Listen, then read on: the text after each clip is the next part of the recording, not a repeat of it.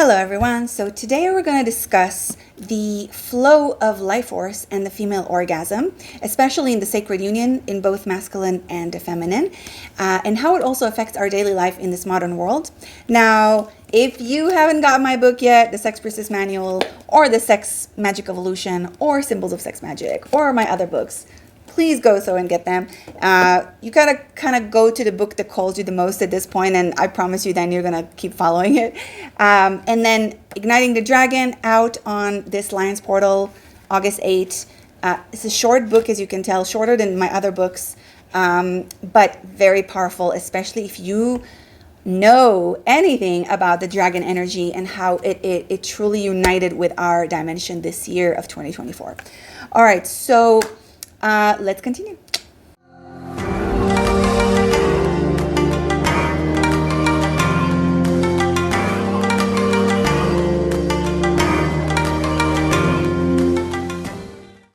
Okay, so for women, energy rises from the earth to the spirit world, right? The energy rises for women from the top, from the earth to the spirit world.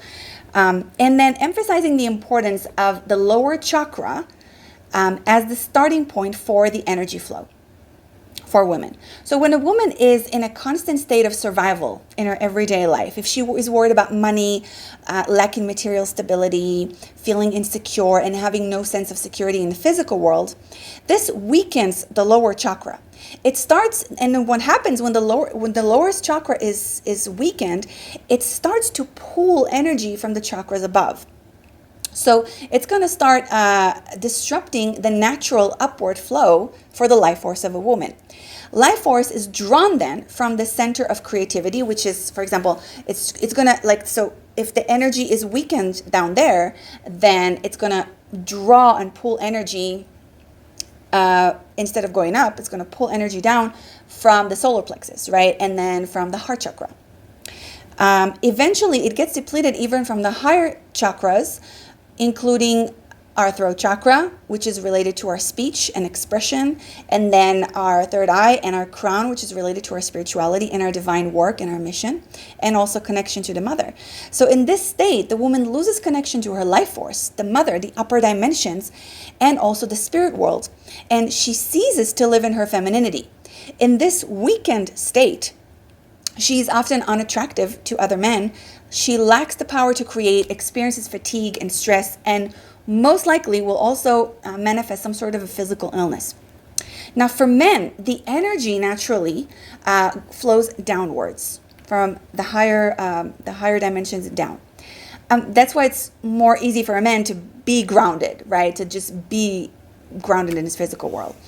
A man disconnected from his heart, which I always talk about in the school, the heart is the power center for men. A man that is disconnected from his heart lacks the power where his life force resides. So this resulting in insufficient energy flowing to his sexual organs during sex, creating a shallow and empty experience for both partners, obviously. Instead of receiving life force, he feels depleted very quickly. This explains why many men today, unfortunately, feel very exhausted after sex, and they aren't tapping into their heart as a power source. They're literally missing their absolute power source. And also they're disrupting the natural flow of their life force and how it's supposed to move. The gift that women give to men is elevating their energy upwards towards a more spiritual connection, which isn't their natural state for the men. Yet it is the direction that they need to evolve in the most. In turn, men support women by grounding their energy downwards towards the physical world, which is not the natural flow of the feminine. But this grounding is what she needs to help and support her inner evolution the most, right? So you see how both sides really have such gifts to each other, but we are, unfortunately, we've lost our way. We are, don't even get me started on that.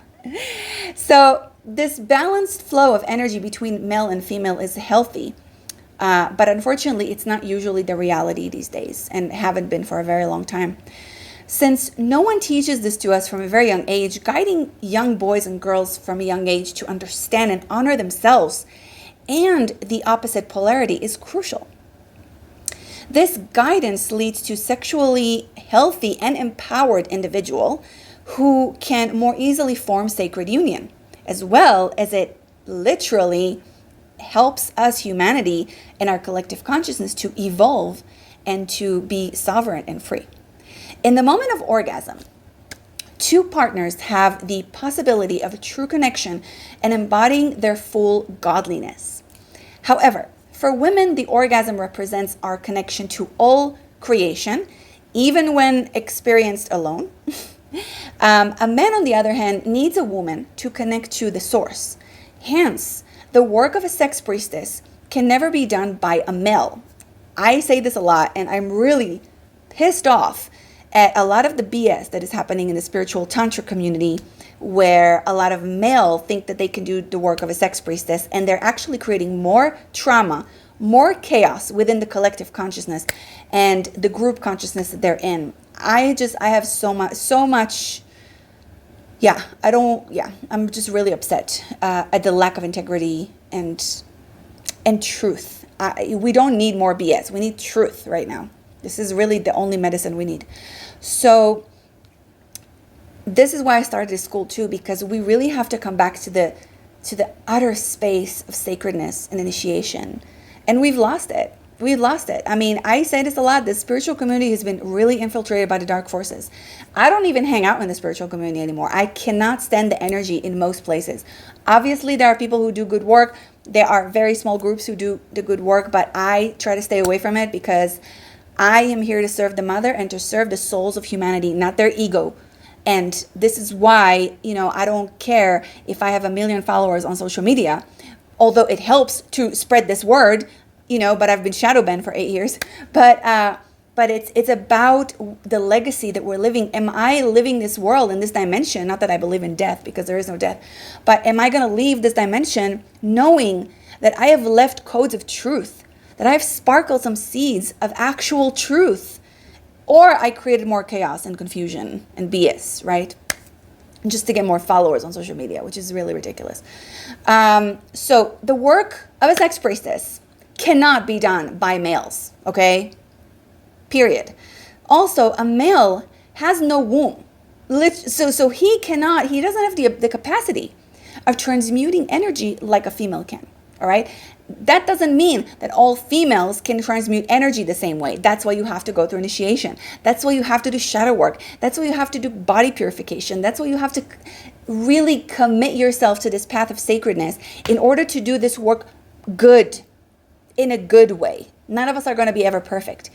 But how am I transmuting energy also? Because every woman can transmute, but how am I transmuting it? Also, am I doing it for my own benefit, or am I doing it for the benefit of the good of all and the good of the mother, right? And for the sacred union. So, done with the rant for today, guys. Okay, so during an orgasm, a tremendous amount of power is released. A power that a man will never experience, even with 100 orgasms. I'm sorry, guys, but you cannot, even if you reach the highest level of your pleasure with semen retention, with all the other practices that I teach, you cannot reach that space that a female can. And there's a reason for that. She has work to do in that realm of pleasure.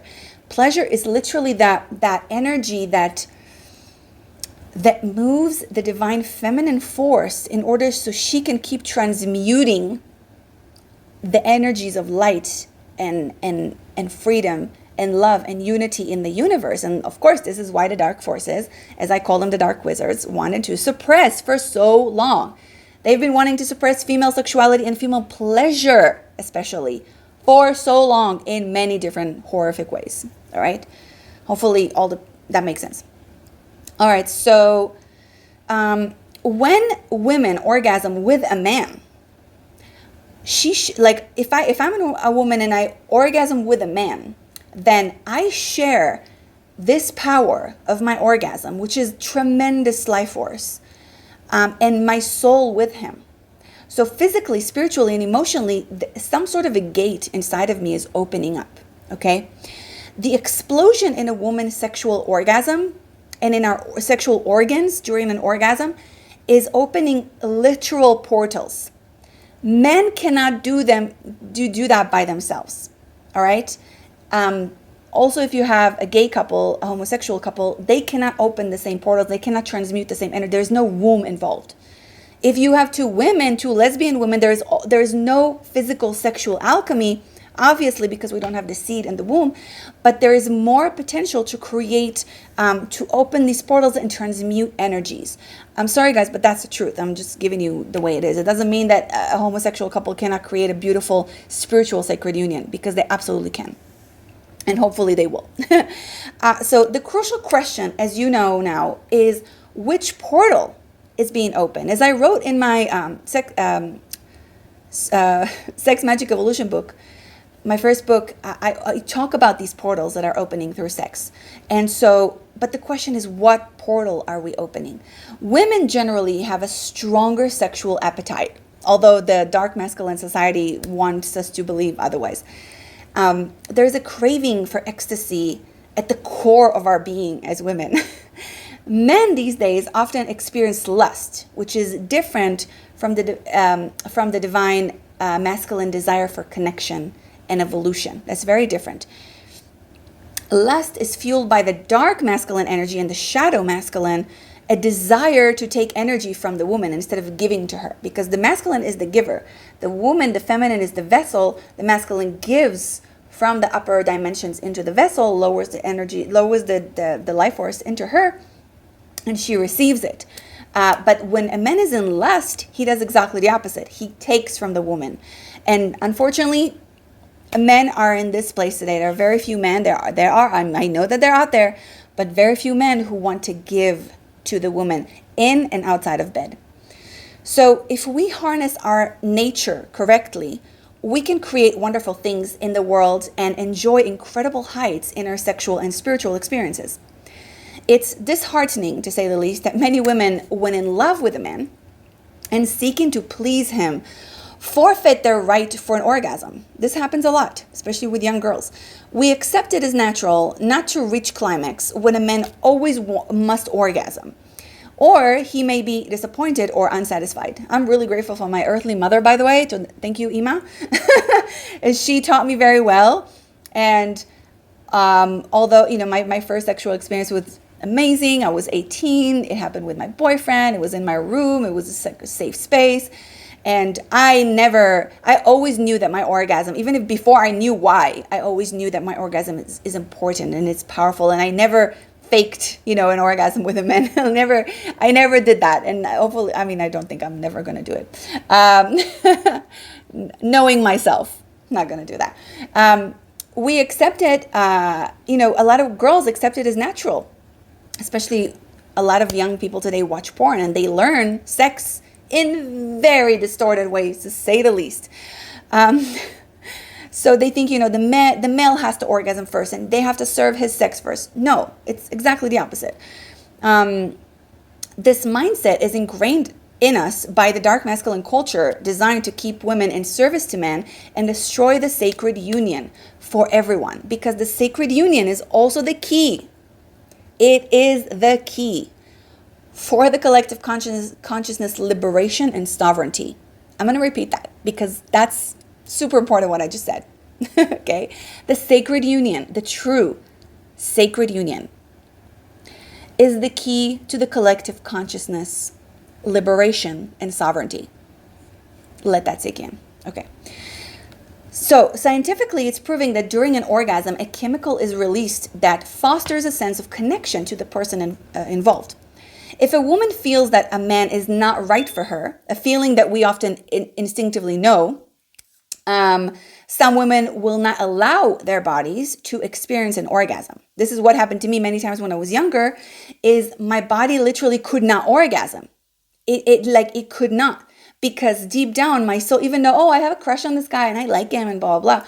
But deep down, my body knows, my soul knows, and my body knows that this is not my man. This is not a man that I need to open a portal for and need to open these deeper gateways to my soul and give him a part of my soul.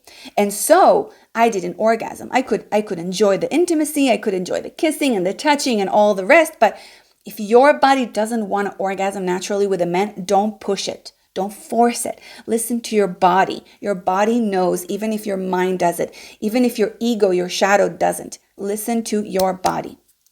There is a reason for this, okay? So after a generation of suppression of our sexual power and orgasm, we are waking up, sisters. The awakening of our sexual power and our inner beast, right? Our inner beast, as well as our inner Kali, is yearning to roar and just burn everything that's bullshit. And it reflects our collective desire for freedom and sacred union, like I spoke about before. When you embody the energy of the sex priestess, you feel this internal battle even more. The longing, the yearning to be free from the shadow masculine while also united with its divinity. So again, I really recommend the book, The Sex Priestess Manual. It's a self-initiation book. It will take you time to go through it. So give yourself the time. While you're reading this, you can read the other sex magic book series to kind of inspire you. Igniting the Dragon, if you want to work with dragons now. I got a lot of books and a lot of information out there. You can also join the Sex Priestess Initiation online. It's very easy. You can take it in your own time. I only work with 3 women at a time, one-on-one, and it's a year and a half initiation. So it's long. It will take you through a lot of gateways and portals. Not every woman is here to be a sex priestess as our life mission, but every single woman has the codes and can use the power and the wisdom of a sex priestess. So I love you so much, sister and brothers. And thank you for the brothers who listen to this and listen to my videos. I love you very much. Please write me comments. If you read any of my books, please write me a good Amazon review. Only if you liked it. If you didn't like it, don't write a review. Because it really helps me as a self-published author. I love you so much. And I'm sending you blessings from the womb of the mother. Please subscribe, like, and share so I can continue making these videos and share the work of the temple. And may the goddess bless you all.